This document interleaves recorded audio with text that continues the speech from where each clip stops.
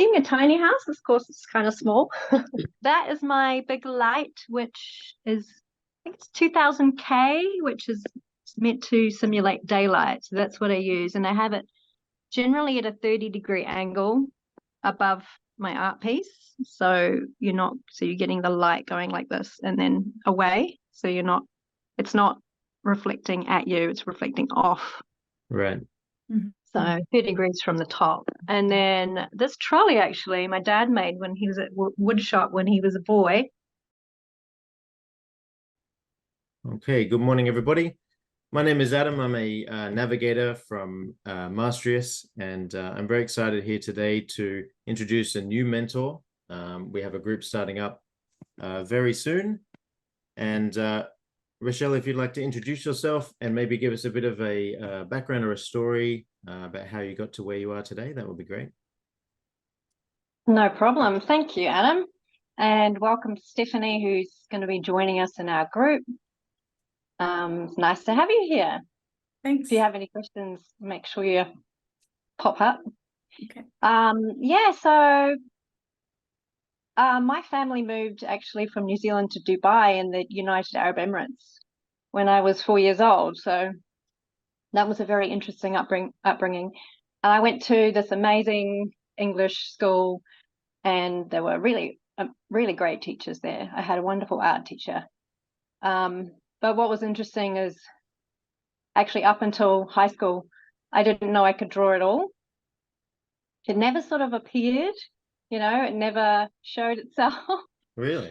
But in first form, which is like kind of age 11, this art teacher in this high school, I guess, helped bring it out of me. But what's interesting is I never really got top of the class. I was always, I did sometimes get the top grade, but there was always someone who was would always get the top mark, the A+. But what it did was, I think it helped me to just to work harder and to try and be better, I went back to New Zealand for my last year of high school and kind of came into this art system where they did things a bit differently. It wasn't like you came up with you just did your natural style, whatever that happened to be. It was more the examiners had always given top marks to a particular style, which was not realism at all. It was more like a expressive sort of style, and that wasn't me at all.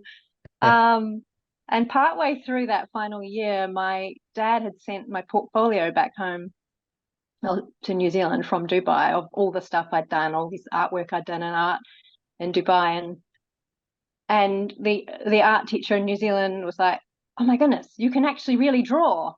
Why haven't we been doing this style?" But it was too late because the portfolio was like a whole year's work where you had this massive folding. I don't know if you had that in Australia, folding sort of spread of all this one style where it had develops through to the final pieces.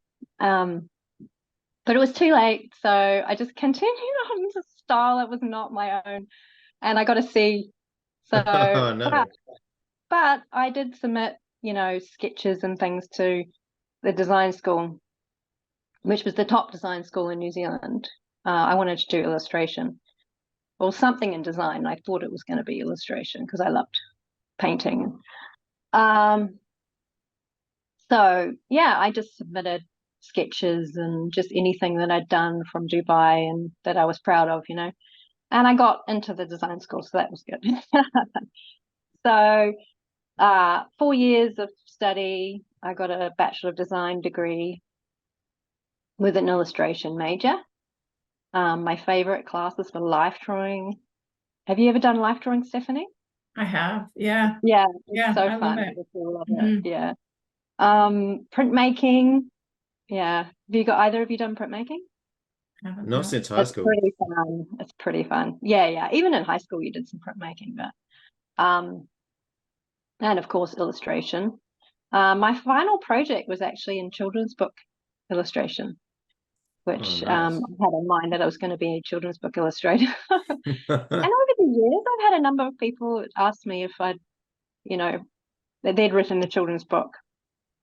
And they're like, I need an illustrator, oh, do you think you could do that? But it just never eventuated, nothing ever happened. But it's probably been about 4 times that I've been asked. I'm obviously not meant to do it because it's never happened. Oh, it's never happened? No, but that's fine. I'm quite happy about the path that I've ended up on. Yeah, my first gallery, that representing gallery, was in Wellington City. And it's just one I happened to walk past a lot when I was heading to design school. And I went and approached her when I just finished I hadn't quite graduated, because graduation's the year after. So there's 4 years and then graduation's later. But it turns out in the end that I had to keep doing a regular stock take because she wasn't paying her. I'd pop in and I would look in the window and I wouldn't see my art on the walls, and she was actually doing the dirty on us. Oh no. And not paying for the work that it sold. So it took her a while to pay me off, because I'd just go in and I'd say, like, what have you got left? Can you do me a stock take? So that was my way of keeping tabs on her. And then the second gallery, unfortunately, was also in Wellington City, and she ended up stealing the artist commission as well. And Wow. never got all my money back because she just closed the shop down. Wow. So basically, I learned my lesson to go with galleries with a long history and a good reputation. Wow. Since then, I've had quite a few different galleries in the South Island and the North Island. Now I just have one representing gallery in each. That's plenty, because I struggle to get them work, to be honest, because I mostly do commissions.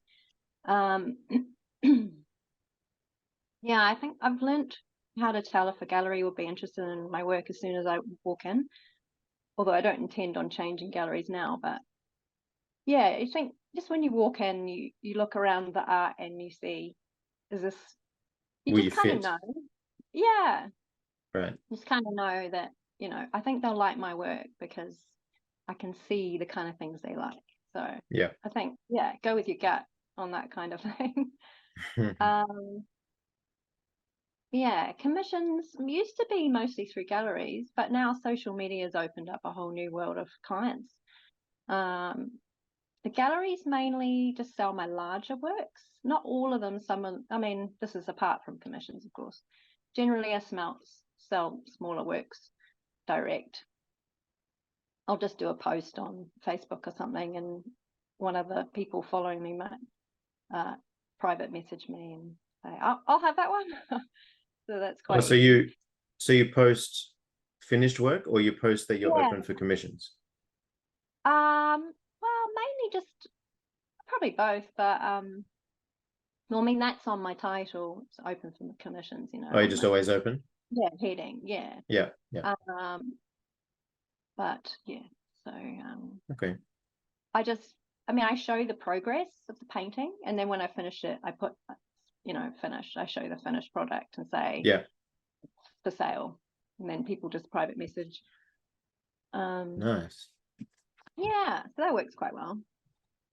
I don't do a lot of shows anymore, because after the commissions, because my work's so time consuming, you can see the detail in them. We'll show some later, but there's not a lot of time to do. I might do a group show with 1 or 2 works, or a fundraising exhibition, because they're usually quite good. They take quite low commission, maybe 20, 30, sometimes 20% or something. That's here in New Zealand anyway.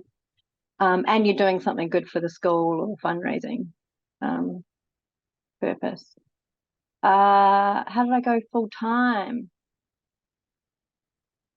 Step by step. For many years I did part-time work, like childcare or part-time job organising events. Also at the same time I designed my own range of greeting cards, which I would sell. I'd go on sales trips, and that was pretty fun, getting to travel around. So greeting cards and illustrated. The illustration study came in handy, because I'd sort of look at I'll show you some when we walk around, but what's sort of in fashion, what's the look at the moment, and so I'd do something in that theme or style, and then and then sell them. So instead of the greeting cards, I did the prints for a while, and now I just sell original art and limited edition prints of my original art. They're always smaller. The prints are always smaller than the originals, so that the person who owns the artwork so it has the benefit of the large, impressive stuff, playing, like it's special to them. I've also done logos, tattoos, commercial illustrations, and portraits, whether sketched or painted. So just anything really that's going to get you some income. Unfortunately, I've got some overuse syndrome in my arm, so I can't do long hours now. So that's something I can talk about later as well, is how to manage your body and how to just do short stints, set a timer, things like that. So I think that's really important. I kind of wished I'd known that many years ago, so I didn't get where I am now.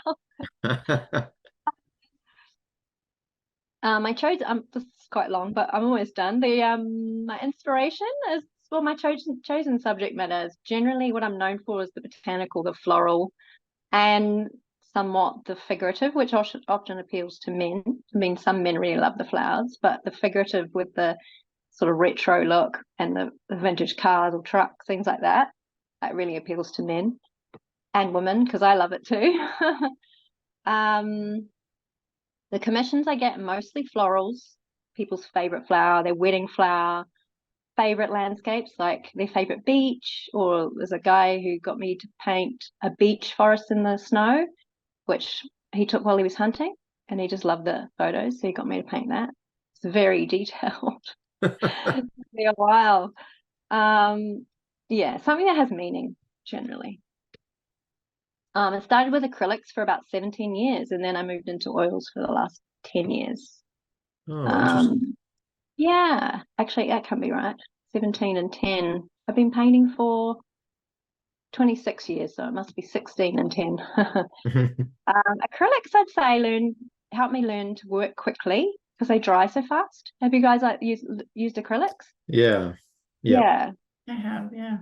So if it's starting to dry before you finish painting and you keep painting over it, it pulls the paint off. So you get really fast. And then oils, I find, give just a wonderful glow. It's like the light goes into the paint and just sort of glows out. It's quite beautiful. And I can get even more realism with it because I have more time to work. To blend. The teaching thing, originally friends would ask me to do art classes. I would book so I'd book a community space. And then it's just people didn't really commit because I didn't take deposits or anything. So I ended up cancelling some of those. Finally, I had an amazing studio space in my home. It's quite a big room. It was like a second living room. It was just my studio. And so I was able to teach 4 students at a time. So that was a lot of fun.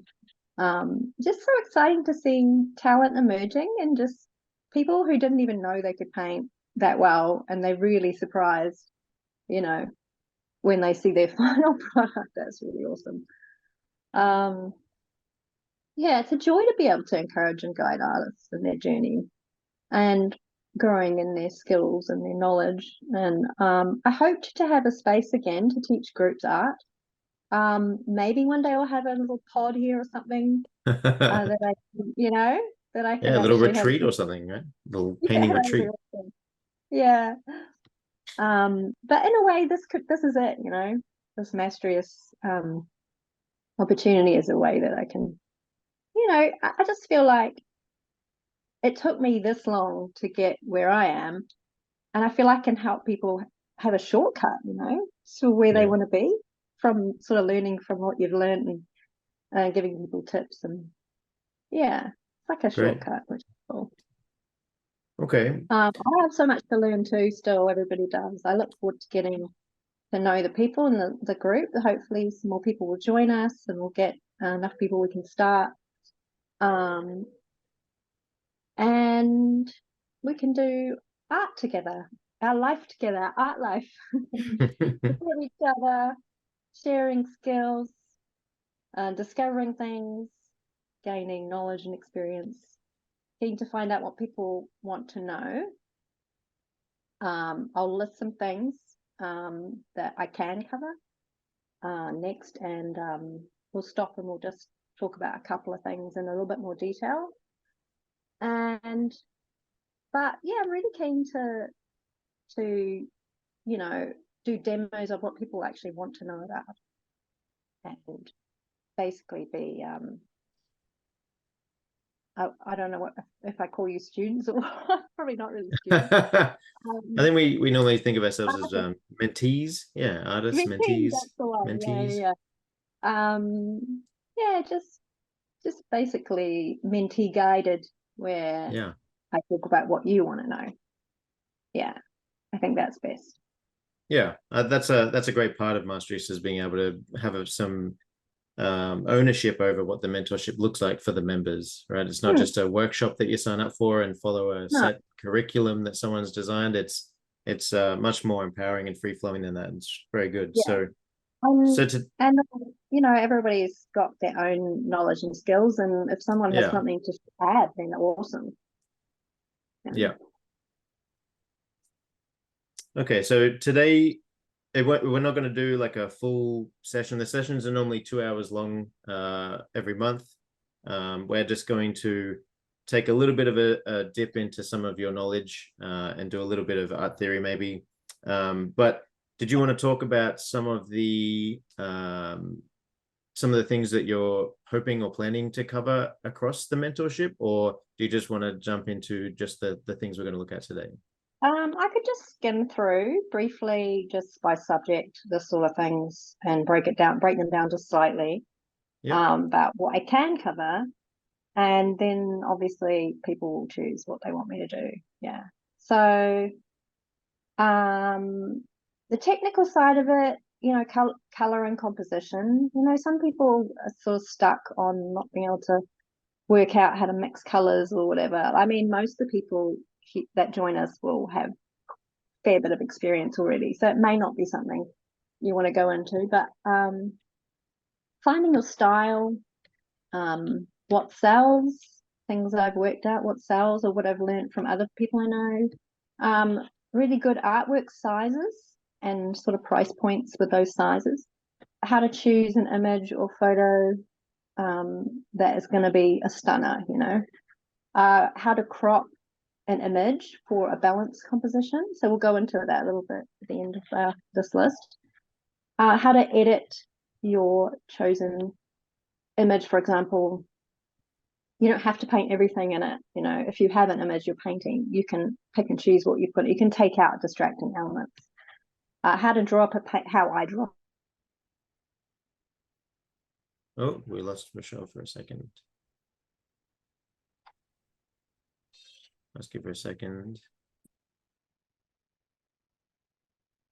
We'll move. How to master light, how to paint light, basically. Sorry, we lost you for a bit there, Rochelle, I think. Oh, what's the last thing you heard? Well, we were talking about editing for the composition, and then I think it sort of froze for a little bit. Okay. Oh, editing your chosen image. How I draw up a painting. Yeah, that's where we're up to. Okay, mixing colors, demos, and tips and tricks about that. Adding warmth and light into a cool or moody image that you find that you want to paint. How to master light, how to paint light, basically. Sunsets, sunrises, rays of light. So we can do demos on that and practice that. Refining your painting, how to add life and finishing touches. Knowing when to stop is always an interesting one, especially if it's a more expressive piece. How to finish your artwork and make it gallery ready, whether to frame or not to frame, and tips on framing, technique demos, basically any of the above. Teaching how to self-critique. So going through a series of questions you can ask yourself. It's very useful. And then, of course, one big thing with Mastrius is we get the mentees to do something in the month between sessions. Yeah. And then I'll critique it and give encouragement and ideas and things that I see in it, and then we'll go over that in the beginning of the next session. How's studio set up? just how I do it really. Supplies and tools, what to use, where to save, where to spend, marketing, social media, what I've learnt, marketing, shows and exhibits, just all the different things that you can, like even the wine and catering, like tips on how to go about finding those. It's very important. School fundraisers, stuff like that. The business side of it, selling online, pricing artwork, which actually we did a session on that, a panel discussion, so that's something you guys can look up. Running your business, day-to-day ins and outs, commissions, working for yourself, pros and cons. There's a lot of subjects really, business insurance even, home office and tax expense claims, like there's so many things that I can help people. Yeah. Approaching galleries, how to choose a gallery, negotiating with a gallery, products, prints and reproductions, like costing for a profit, what images to choose that will sell the best, different sizes and pricing of prints. It's different in different countries, so I guess it would be something you'd have to look into somewhat, but I can share my experience. Yeah, lots of so many things. I was just scrolling through, I can't say everything. Studio time management. Yeah, so there you go. That's it without going into too much detail. Yeah, wow, there's a lot there.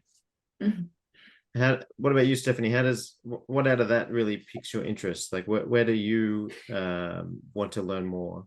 What are you hoping to get out of the mentorship? Yeah, it sounds really good. For me, I think finding more of my own style is something I'm really interested in doing. When you talked about adding warmth and light, painting light, that really appeals. Editing an image and how to choose an image to begin with. Talking about art sizes. Yeah, a lot of that. Awesome. Cool. Great. Sounds exciting. Okay, so we're going to have a look at a little bit of theory today in some of your paintings, Rochelle, right? Yeah. What are we going to look at first? Are we going to look at light? Yeah, let's have a look at light. Just there's some particular pieces I've done using lovely light. Light seems to, I think light sells really well. It invokes lovely feelings for people. Yeah, yep. Let's have a look at those. All right, let me share my screen. Enjoying the video? Don't forget to like, subscribe, and click the bell to be notified when new Mastrius videos are added. That's beautiful. Okay, this is one of your pieces, yes? Pond at Sunset.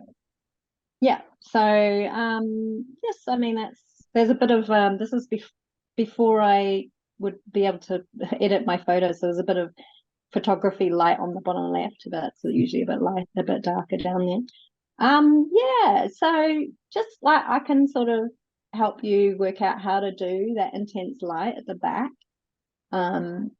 It's basically just a gradient of white through to brown using particular colors.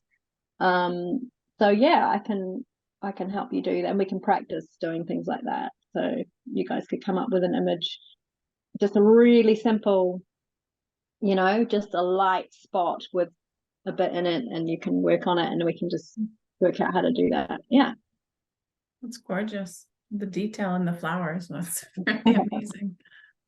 Was this your own photo? Did you take this photo? It's not. It's one I sourced. Yeah. But actually, it's exactly like my parents' pond. Can you believe? I was going to say, do you know where it is? But yeah, if you've got somewhere. Wow. So I've tried to take photos of my parents' pond to paint, but unfortunately the light's always coming from the wrong side. It's like it's not going to work because of the light. Yeah. Okay, here's another one. Another one there. This is, you can tell this is sort of more like morning light. It's that clean. The other one was more the end of the day. This is the morning light. So yeah, just the the difference in the colors of it. Yeah, so again, I can just, show you how to There's so much. what to observe in the image that you're painting. You could have good reference. So yeah, that's it really on that one. This one's hanging on my mom's wall. She's when I finished it, she's like, I want that one.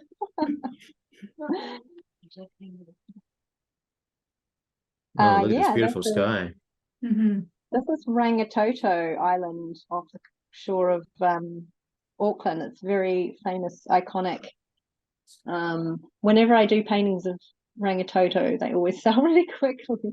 I think it's important to, pick iconic places because people love those. Yeah, this is sort of almost morning light too, I think. Yeah. Next, please. And this is yeah, really different. It's a moonrise or moonset. I don't know, one or the other.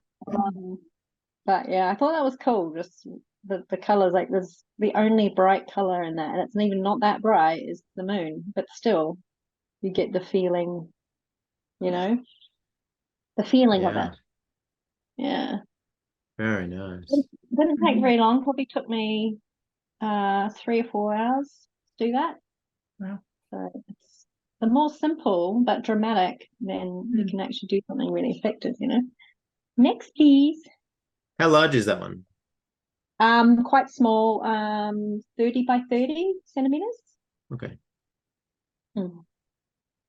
Oh my goodness. This one this one was a commission. This is also Rangitoto.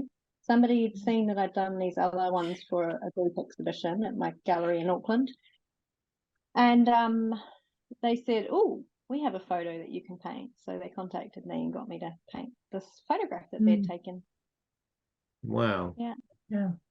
Is this one much bigger? Yes, not huge though. Probably maybe 50 or 60 wide centimeters. Yeah.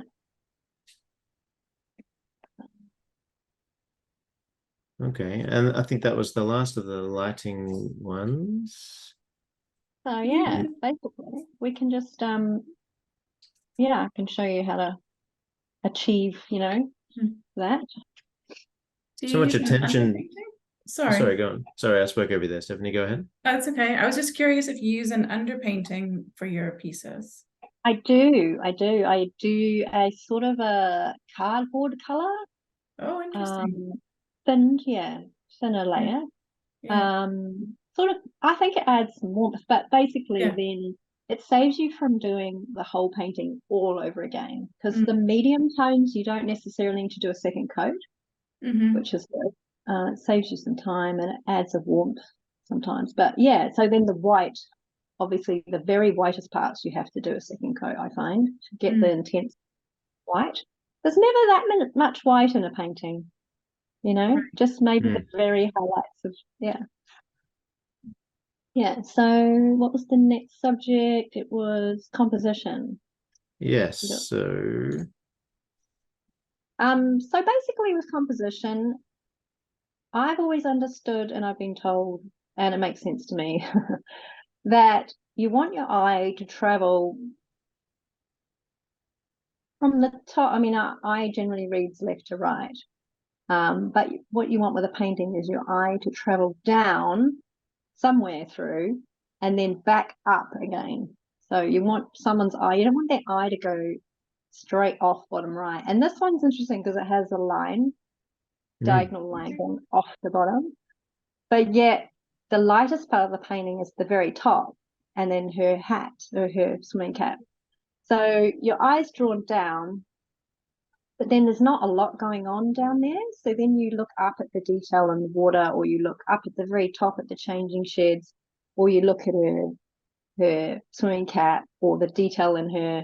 That's about the focal point. The focal point is obviously her detailed swimsuit, her swimming cap, but you want your eye to travel down and up again. So you never really want it to go off. So that's just thoughts on that one. So is this a Was this a commission, this one, or was this one just for you? No, this one I took my friend Gabrielle. That's my friend Gabrielle, a model. She's not a model. She's a mum now. She has a print of this on her wall. I gave it to her as a gift for her birthday. But yeah, this is at Thorndon Pool, which is in Wellington City, and it's an Art Deco swimming pool. It's been there since the 1920s or 30s, so it's quite popular. So it's kind of iconic in Wellington, really.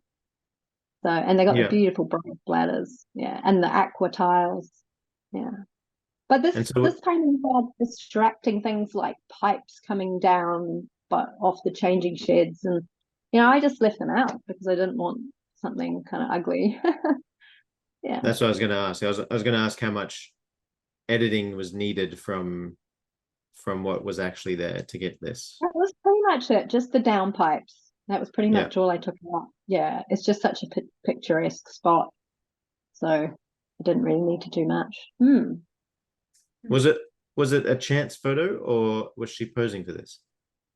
It was a chance photo. Yeah, I just got her to keep sort of move around, and then this was in the many photos I took, this was the one that I kept coming back to. There's just something about that. It's just something about it. And then I'd ask other people. I got it down to a few photos, and I'd just ask, family, friends, whoever I happened to see, which is your favorite out of these? And everyone picked this one. So yeah, it's stunning. All right.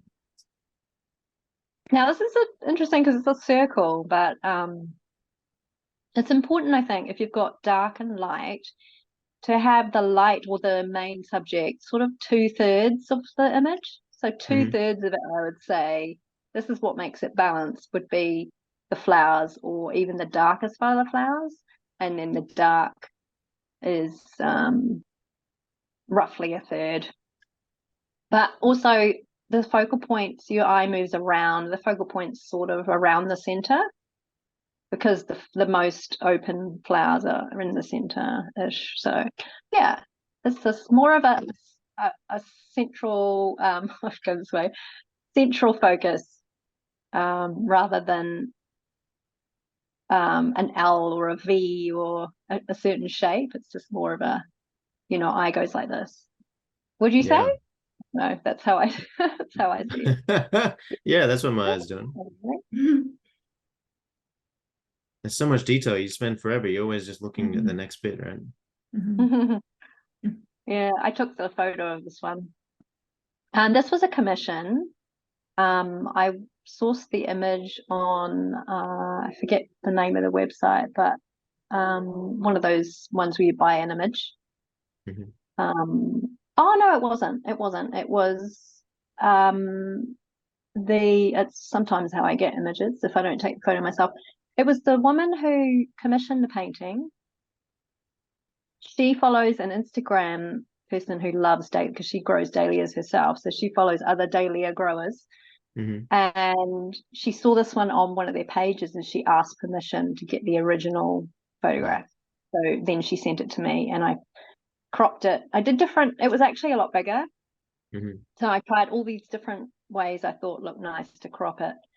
And this is, I think this one I tried to make sure your eye went from top left to bottom right, up into the corner, and then sort of keep going around like that. So it does do that. I found myself going around. And there is a flower in the bottom right, but I've cut it off, so it's sort of, it sort of cuts the corner off in a way. Yeah, and then it's very busy, but I tried to the image get some darker spots, so that it wasn't all light. It had some depth to it. Yeah. Very beautiful. So that's that one. This is quite unusual too, in that I called it I Heart Peonies. Everybody loves peonies. It's just, especially women. And this is very white, but yet it's very colourful. There's a lot of colours in there. I found when I'm painting the detail, there's red, there's yellow, there's green, there's just in the flowers themselves, But this is one of those compositions too, where it had a black border, all the way, black space all the way around it. The green sort of breaks it up. The lines of the green sort of come down, and then hopefully you sort of go round and round the central part, you know, with your eyes. There's some space in it. It's always important to have space. So there's some space in the middle there, and bottom left and top right. Just, yeah. So it's not too full on, not too busy. Space makes you breathe. Yeah. That's actually one of my favorite paintings. I love the white and green. Gorgeous. Slightly small image, but this one I took the photo. That's my friend Julie. Again, a photo shoot. Oh, there you go. Thanks. Tons of photos. Just picked the ones that stood out, and then just picked one of them. I did do a little bit of editing in this one. Actually in the mirror, I added a spot of light and a sort of a palm tree. The detail's not so clear in this image, but just to give it a bit of a tropical feel and a bit more of a just something a bit romantic. So kind of 1950s vintage truck. People love the sea. They love seeing waves. There's a little sailing boat there. It's called Reflections. There's a lot going on. There's reflections in the dashboard. It's like a photo. If you look bottom right, you can see the bit of the back windscreen of a pickup truck. So I took the photo through the back windscreen. So the swimmer's walking along. They're the reflection in the window itself, the back windscreen. Yeah. So a lot of light in this one, a lot of different things going on. Yeah. But this has been, I did print to this and I sold out of the 50 larger ones. So. Just beautiful.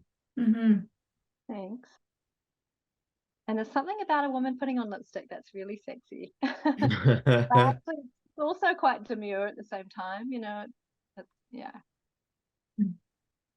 This is my very first oil painting ever, which was oh really? Very fun, yeah. Yeah. How big did you paint this out of curiosity? It was actually quite large. 1.2 wide, I think. Yeah. By just under a meter high, maybe something like that. Maybe 900 high, 900 mils. Sorry. Yeah.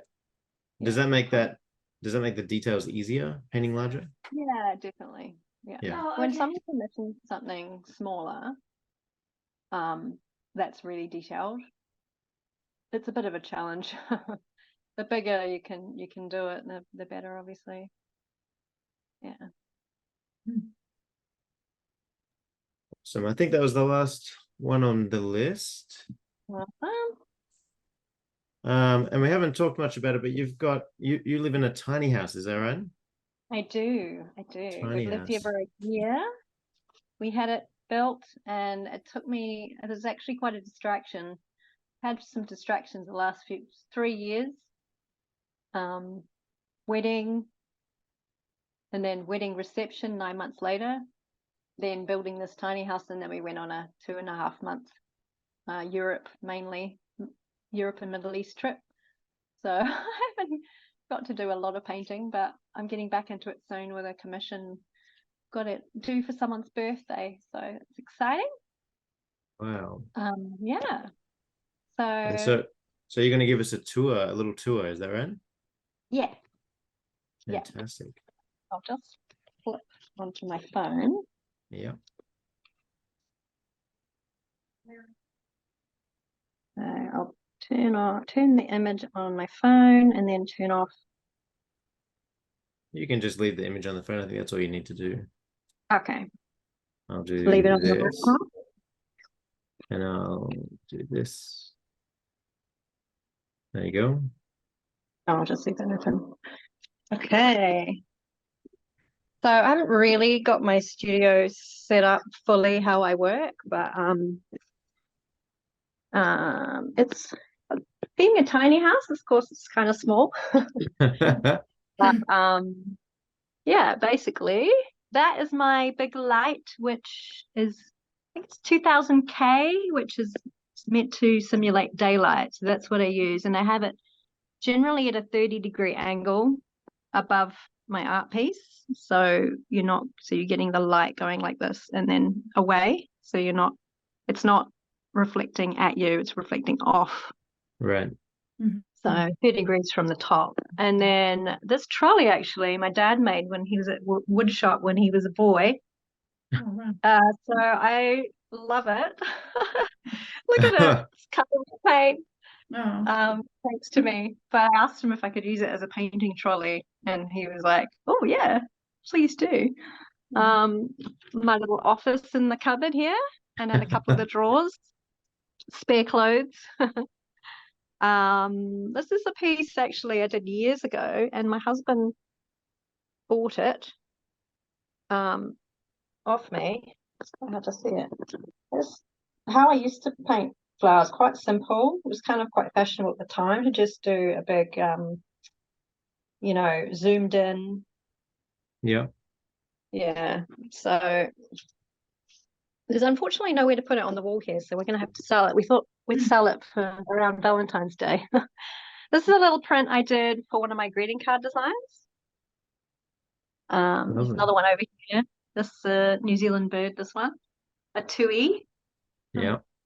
With a bit of a sakura thing going on. Yeah, that's pretty much my studio. And then all my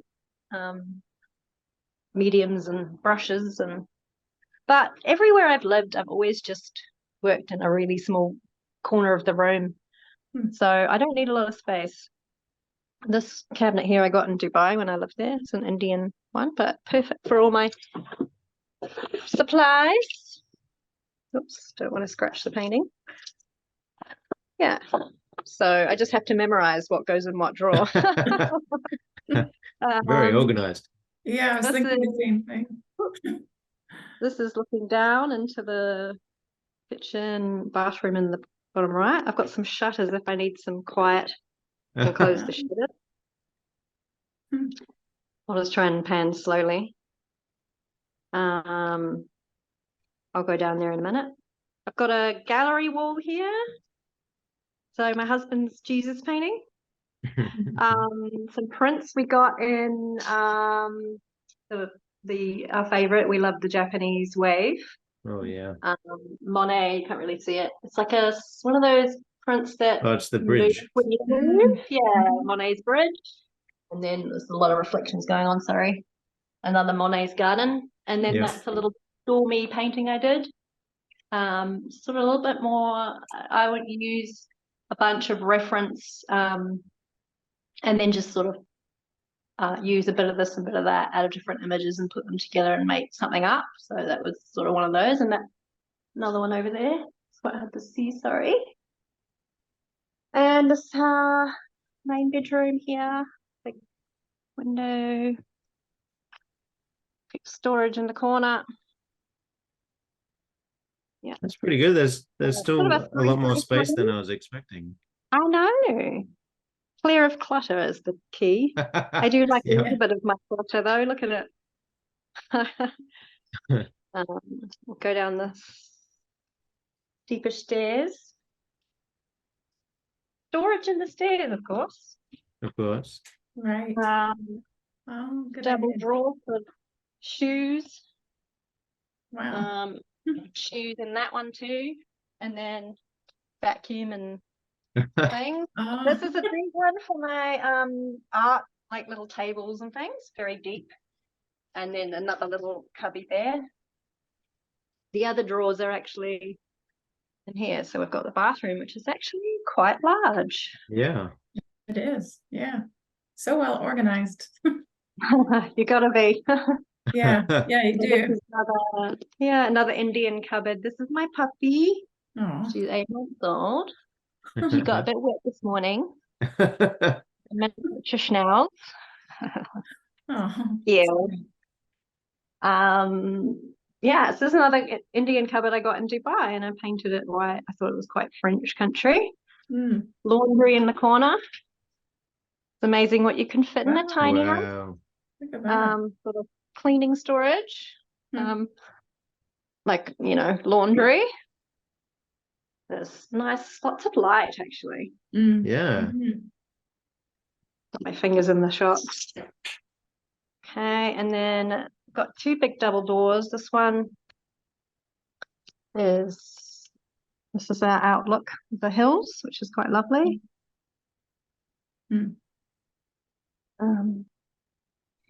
Double door there. Double Beautiful door over space. there. And I've still got my Christmas tree up. Dining booth and my husband's office space there. Wow. I'm trying to move slowly. Kitchen. Pull out pantry there. That's upstairs. Am I moving too No, that's fast? fine. No, you're moving great. Yeah, so compact, but all we need. That's very lovely. Definitely all we need. And here's another print of mine, which I used to sell. This is one of the prints that I sold as an illustrated print. I can see it's got the gold on it, Yeah. which is Oh, yeah. process gold. And that's a famous Crown Lynn New Zealand branded vintage vase. The swan, it's kind of a famous. And the flowers are the Ko-Fi flower, which is New Zealand flower, and ferns, which is very New Zealand, even though you can get them all over the world. That's a fantail bird, which is very Kiwi as well. Yeah, so that's it really. We have chickens, but they're off for wandering. Yeah. Beautiful. Yeah, a lovely rooster as space. well. Yeah. So thanks for letting me show you around. Oh, thank you for showing us. Yeah, thank you. It's The beautiful. fireplace as well. Wow. A very effective little thing. Too hot in the winter. We actually have to, because we don't get it as cold as you do in Canada, of course. Right. Stephanie. Right. Nice. Still must get a bit cold in the winter though. Yeah. Occasionally in Wellington itself, it's slightly warmer up the coast here, but in Wellington, I think you get snow like once every 8 years or something, and it just melts pretty quick. Not that cold, but yeah. Well, that was wonderful. Thank you so much. So we have a group starting in February, so it's only a few weeks away. The first session is February the 7th, for at least for NZ and Australian times. It's at 4 p.m. in the afternoon Australian time, or at least Australian Eastern Standard, which I think that's what I am at the moment. Is that 6 or 7 p.m. for you, Rochelle, in New Zealand? 7 p.m. till 9 p.m. Yeah, so 7 p.m. New Zealand. I think I had a look, and it's like 11 p.m. the day before in Mountain Standard Time, which some of the Mastrius people are on. So it's a fairly broad time zone. It's later in the afternoon for us here. Hopefully that will work out for some other people in Europe and other places. And we meet on the timing in Asia as well. Can be sort of throughout the day in Asia, not too late at night. Yes. And we meet on the first Wednesday of each month. And then as a mentorship group, we meet in the middle of the month as well. Usually without the mentor, it's just a smaller meeting. It's only about an hour, and it's just a chance to discuss what we are hoping to get out of the mentorship.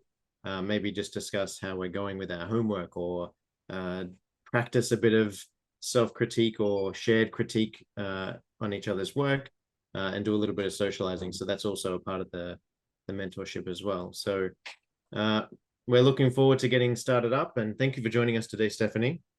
Yeah, thanks, Stephanie. Oh, I Good really to meet enjoyed it. you. You too. I'm looking forward to your classes. It'll be fun.